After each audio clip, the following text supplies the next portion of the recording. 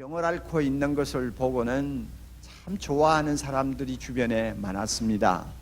다윗은 우리가 잘 아는 바와 같이 하나님을 사랑하고 하나님의 뜻대로 살고 하나님의 말씀대로 백성을 다스리려고 하는 성군이었지 않습니까? 그런데 이와 같은 성군, 의롭게 바르게 하려는 사람들 주변에는 정적이 많습니다. 적이 많아요. 세상이 그래서 참 더러운 것입니다. 바로 살려는 사람들에게는 적이 많아요. 다윗에게도 마찬가지였어요.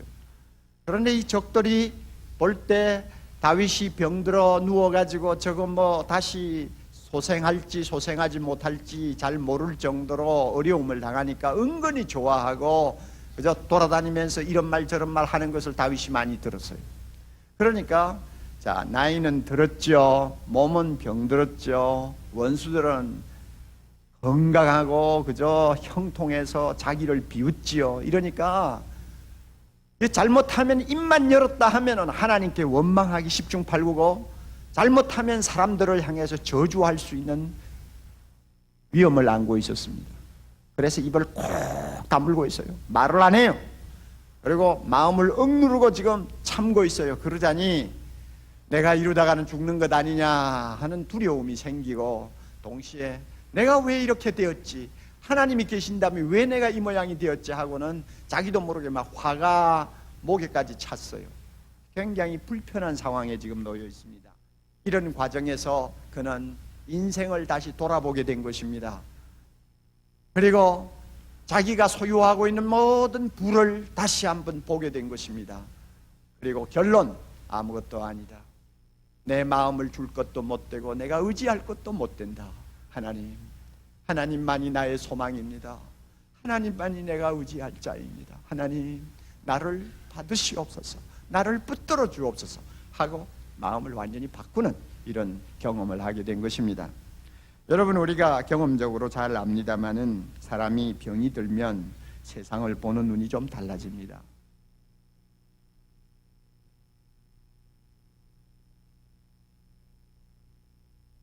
인생의 실제를 들여다볼 수 있는 눈이 생겨요. 사람이 나이가 들면 세상을 보는 좀 안목이 달라집니다. 왜냐하면 젊었을 때 눈에 들어오지 않던 것이 나이가 들면 눈에 자꾸 들어와요. 그래서 더 깊은 것을 보게 되고 그동안 뒤에 숨겨져 있던 것을 들여다보게 됩니다. 그러니까 세상을 생각하는 마음이 달라질 수 있어요. 사람이 실패를 한다든지 위기를 만나면 세상을 보는 안목이 바뀝니다. 특별히 인생의 오후라고 할 수 있는 35세 이후의 삶을 살 때에는 우리가 자주 인생에 대해서 다시 생각할 수 있는 기회를 맞게 되는데 그 기회 중에 하나가 연말입니다. 한 장 남은 달력, 그것을 마지막으로 떼어내는 사람은 세월의 빠름과 인생의 허무함을 어느 때보다도 실감할 수 있는 연말의 우울증을 경험하게 됩니다. 이런 모멘트들이 우리로 하여금 인생을 다시 관조하게 되고 세상을 다시 한번 생각하면서 어떤 때는 우리의 심령이 방황을 할 때가 있죠. 이럴 때에 우리는 연말이 주는 우울증에 사로잡혀서 주저앉아 있으면 안 되고요. 다윗처럼 우리의 사고를 전환하고 우리의 안목을 바꾸어서 우리의 소망을 하나님께 두는 새로운 비상을 우리가 체험해야 합니다. 이와 같은 의미에서 오늘 이 말씀을 가지고 두 가지를 여러분에게 전해드리려고 합니다. 첫째는요, 짧은 인생에 소망을 두지 말고 하나님께 소망을 둡시다 하는 메시지입니다. 다시 한번요, 짧은 인생에 소망을 두지 맙시다. 대신 하나님에게 소망을 둡시다 하는 메시지입니다.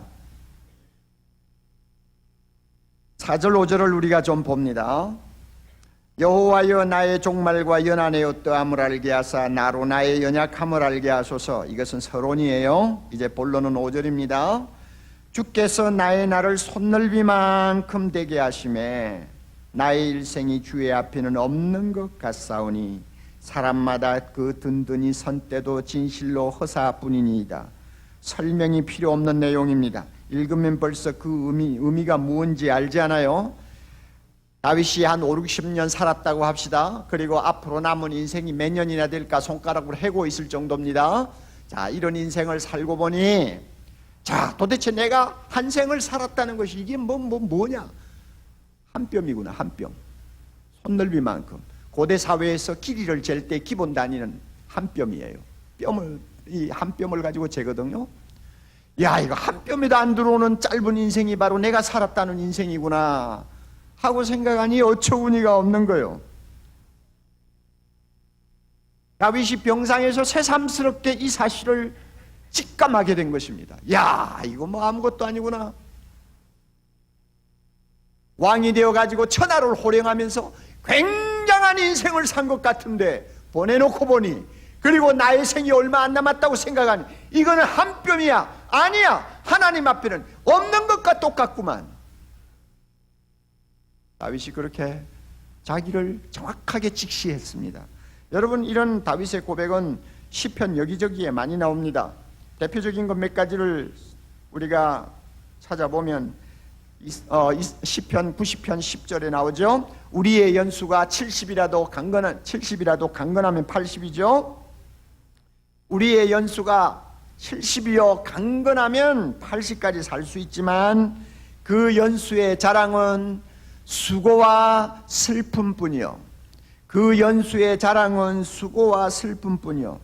70년 살아서 자랑할 건 뭐 있냐? 수고 많이 했다. 그죠? 슬픔의 나날을 보냈다. 그거 외에는 없다 그 말이요.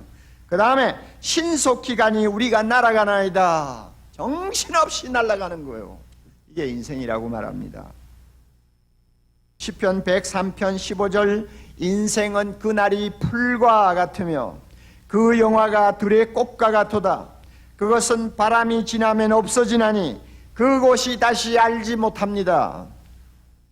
꽃이요 풀이요. 저는 들이나 산기슭에 잠깐 돋았다가 쓰러지는 풀을 잘 압니다. 농촌 출신이니까. 그리고 저 들판에 아니면 산기슭에 잠깐 피었다가 시들어지는 들꽃을 잘 압니다. 얼마나 나약한지요. 잠깐 눈에 보이다가 그 다음에는 없어져요. 이게 인생이라고 말입니다. 시편 78편 39절, 저희는 육체뿐이라 가고 다시 오지 못하는 바람임을 기억하였음이로다. 바람이래요. 인생은 바람이요. 그래서 그런지요, 여러분 창세기 5장에 가보면 고대 사회에 참 장수한 우리 선조들이 있지 않습니까? 몇백 년씩 산 사람들의 이름이 나열되고 있어요. 그 가운데서 가장 장수했다고 하는 무두셀라의 기록을 보면 얼마나 오래 살았습니까? 그 무두셀라의 한 생을 한 문장으로 이렇게 짤막하게 요약해 버렸습니다. 187세에 라멕을 낳고 그 후에 782년을 지내며 자녀를 낳다가 965세에 죽었더라. 첫 아들 낳고 얼마 살다가 몇 세에 죽었더라. 딱 그 문장으로 그 10세기 가까이 산 사람의 생을 요약해요. 그러니까 한 뼘 아니요. 한 뼘도 안 되죠. 그러니까 우리같이 뭐 7, 80년 산다고 생각하는 사람은 참 덧없어요. 27에 첫 아들 낳고 그 다음에 애 낳기 싫어서 좀 살다가 뭐 75세 죽었다. 그러면 딱 끝나는 거예요. 참 이것은 풀이요 꽃이요 바람이요. 정말로 무엇을 놓고 내가 살았다고 말을 할 수 있을런지 우리가 알 수가 없어요. 더욱이 오늘 말씀 가운데서 그 5절 중간에 사람마다 든든히 선 때도 진실로 허사뿐이니이다. 참 묘한 말씀입니다. 사람마다 든든히 선 때도 진실로 허사뿐이니이다. 누구에게나 전성기라는 것이 있어요.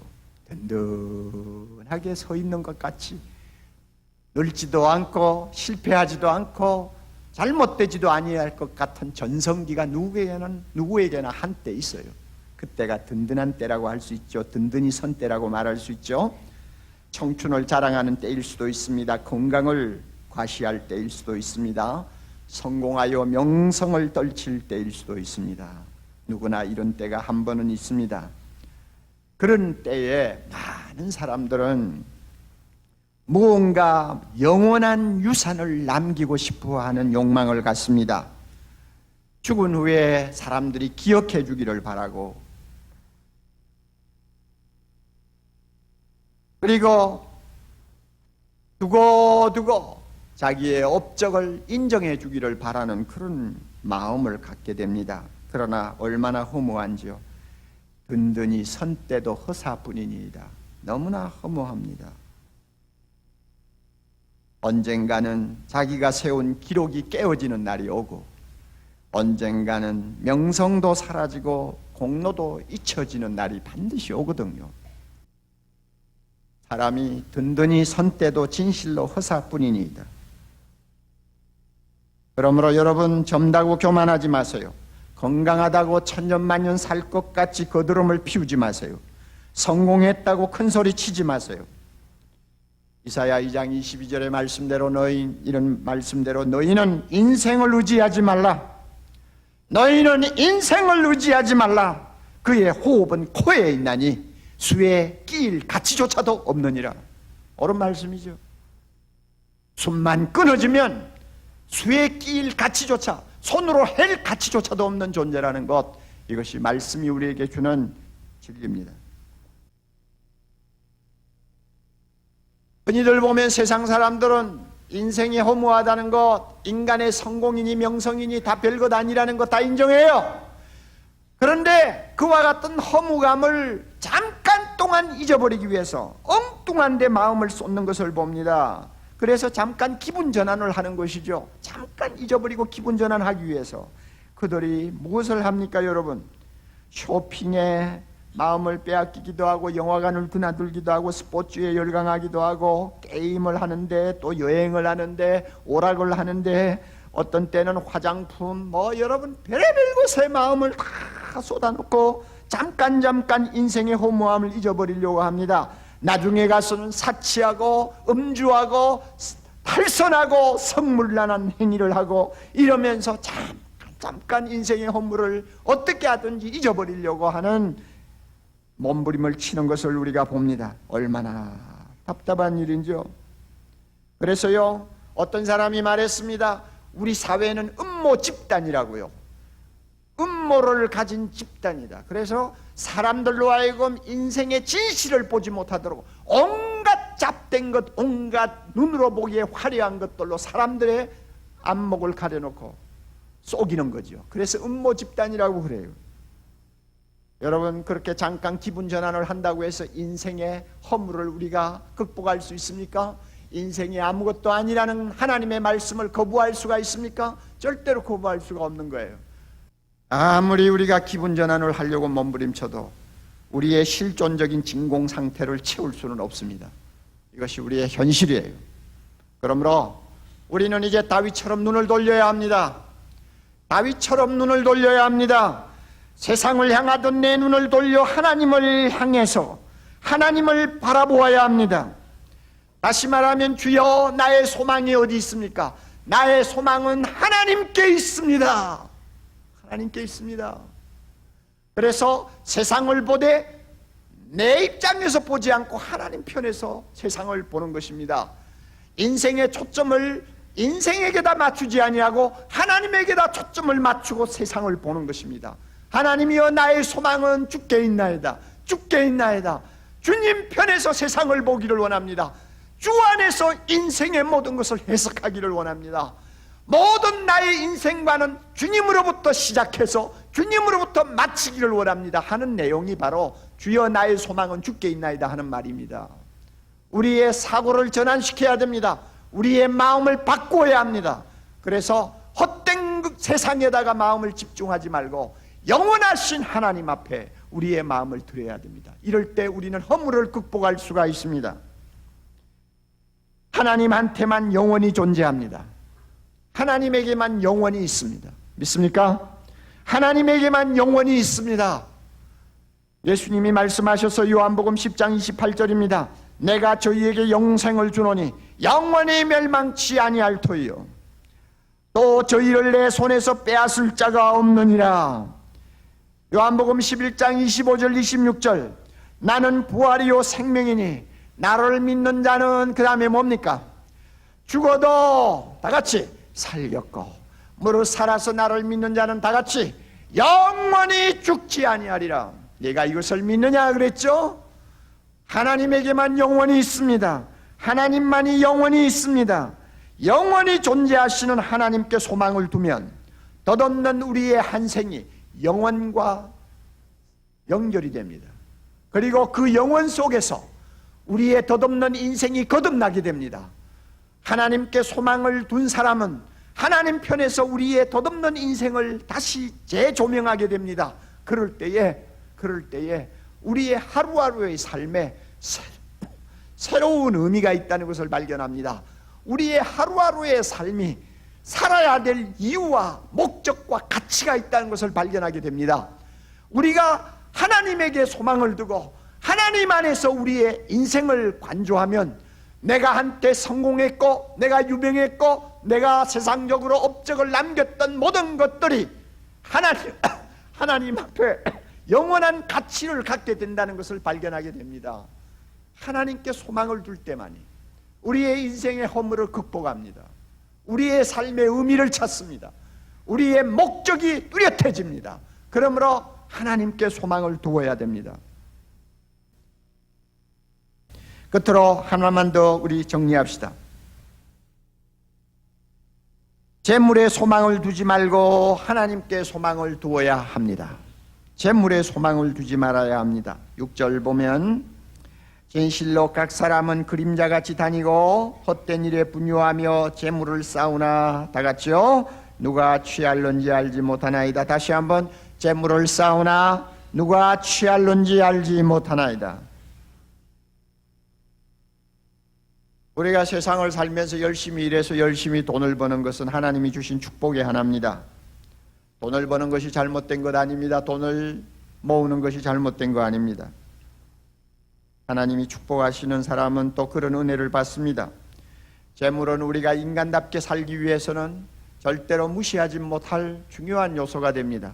또 하나님의 나라를 이 땅에서 펴기 위해서는 재물이 얼마나 필요하다는 것을 우리는 일을 하면서 많이 느낍니다. 하나님의 영광을 위해서 돈이 필요할 때가 많이 있습니다. 성경에서는 재물과 관련된 성경 구절이 2300개가 넘습니다. 그리고 예수님이 하신 비유 가운데서 38개 중 16개가 재물과 관계되는 비유입니다. 그만큼 돈, 재물 이것은 우리의 삶에서 떼놓을 수 없는 아주 중요한 위치를 갖습니다. 하나님도 건전하게 벌고 열심히 벌어서 재산을 모을 수 있다면, 그리고 그것을 바로 쓸 수만 있다면 우리 모두가 또 부자가 되기를 원하시는지도 모릅니다. 그러나 여러분, 돈을 모으는 것은 좋으나 거기에 치명적인 약점이 있다는 것을 우리가 꼭 기억해야 합니다. 두 가지 약점. 돈은 모으면 모을수록 마음이 계속 거기에 빠진다는 것입니다. 돈이 모이면 모일수록 마음이 자꾸 거기에 빠져요. 우리 교회 안에서 진짜 헌금 잘하는 사람들은 모아놓은 사람들이 아닙니다. 어떻게 보면은 그달 벌어서 그달 쓰는 사람이요, 조금씩 그저 통장에 저금을 하는 정도의 수준에 평범한 중산층 사람들이 헌금을 잘합니다. 그들은 아직도 내 것이다 하고 쌓아놓은 것이 별로 없어요. 그러므로 재물에 마음이 뺏기지를 않고 있어요. 하나님이 필요하면 언제든지 내가 좀 덜 쓰고라도 주님 앞에 내놓습니다. 그러나 우리 교회에서 진짜 헌금 자라나는 분들은 부자들입니다. 돈이 많아요. 숨겨놓은 재산이 많아요. 제가 모르는 것 같아도 다 투시로 알고 있어요. 알고 있어요.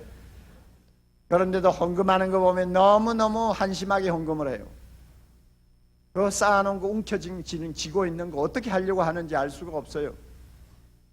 마음이 자꾸 쌓으면 쌓을수록 빼앗겨요. 이거 약점이요, 무서운 위험이요, 유혹이요, 끝이요. 그 다음에 또 하나 취약점이 있어요. 일단 내 손에 들어오면 영원히 내 것이라고 하는 착각을 하게 만든다는 것입니다. 영원히 내 손에서 떠나지 아니할 것 같은 착각을 하게 만들어요. 그래서 많은 사람들이 쏟습니다. 많은 사람들이 쏟고, 그렇게 열심히 벌어서 쌓아놓은 돈 정말로 보람되게 한번 쓰지 못하고 그대로 그냥 다 두고 가버린단 말이에요. 그래가지고 돈 가지고 별 볼 일 없는 사람 만들어 놓은 자식들에게 그 돈 다 주어가지고 3년도 안 돼서 5년도 안 돼서 그 돈이 또 누구 손에 다 가는지도 모르는 그런 허황한 인생을 살고 끝내요. 돈이 있을 때 좋은 부분이 있죠. 그러나 그것을 우리가 인생 전체를 놓고 볼 때는 지극히 한 부분에 지나지 않아요. 돈이 우리를 만족시킬 수 있는 것은 한 부분이에요. 전부가 아니에요. 그러므로 우리가 돈의 마음을 빼앗겨서는 안 되고, 돈이 내 것이 영원히 내 것인 것처럼 착각해도 안 된다는 것입니다. 그러므로 우리는 다윗처럼 고백할 수가 있어야 돼요. 돈을 보는 눈이 달라져야 돼요. 누가 취할는지 알지 못합니다. 하나님, 이제는 이 재물에 내 마음을 빼앗기기를 원치 않습니다. 재물에 소망을 두기를 원치 않습니다. 주여, 나의 소망은 주께 있나이다. 다윗처럼 말할 수 있어야 돼요. 그렇게 하면 마태복음 6장 19절 이하에 주님이 말씀하신 것처럼 너희 보물을 하나님 나라의 곳간에 쌓으라고 하는 말씀을 우리가 이해하게 됩니다. 하나님께 소망을 두는 사람은 재물도 바롭습니다. 여러분, 이 말씀이 여러분의 마음에 와서 닿기를 바랍니다. 오늘 두 가지요. 우리 인생은 짧고 아무것도 아닙니다. 거기에 마음 두지 말고 하나님께 소망을 두십시오. 그러면 우리 인생은 의미를 갖게 될 것입니다. 목표를 갖게 될 것입니다. 세상의 재물 내 손에 있지만 내 것이 아닙니다.